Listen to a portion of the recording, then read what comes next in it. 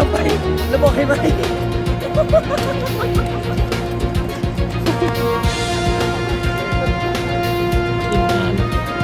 มงานมีทั้งการจัดตั้งภาครัฐการจัดตั้งสังคมที่มาต้อนรับเพื่อขอบใจเนาะเพื่อขอบใจทีมกู้ภัยเนาะทั้งไทยและลาวที่ปฏิบัติหน้าที่สำเร็จตามคาดหมายเนาะจะเคยสมบูรณ์มาในการมีภาครัฐจัดพิธีต้อนรับเนาะยังสมเกียรติเพื่อเป็นกำลังใจให้ทางทีมงานกู้ภัยและทุกหน่วยงานที่ปฏิบัติหน้าที่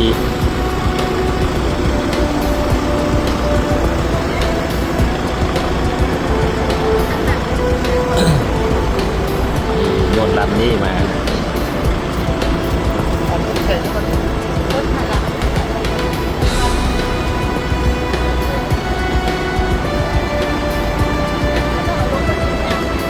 คือไทยกับ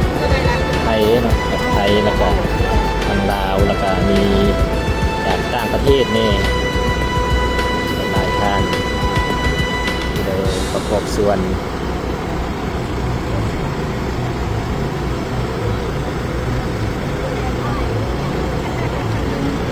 เดินทาง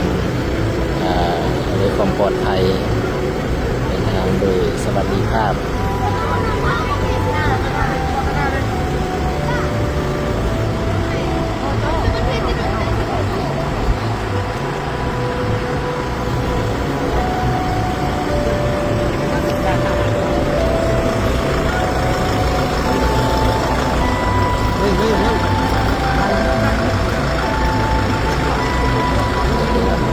การนำ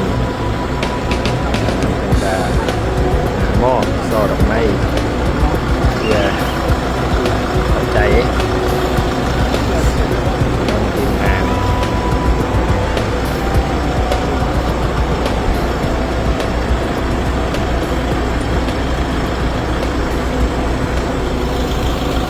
ใน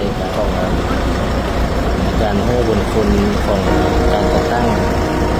ภาครัฐเนาะและการภาครัฐทางสังคมที่เป็นความสำคัญของการช่วยเหลือเป็นบ้านที่เมืองน้องเนาะมัน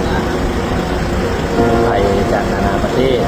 ทางกู้ภัยลาวด้วยกันเนาะ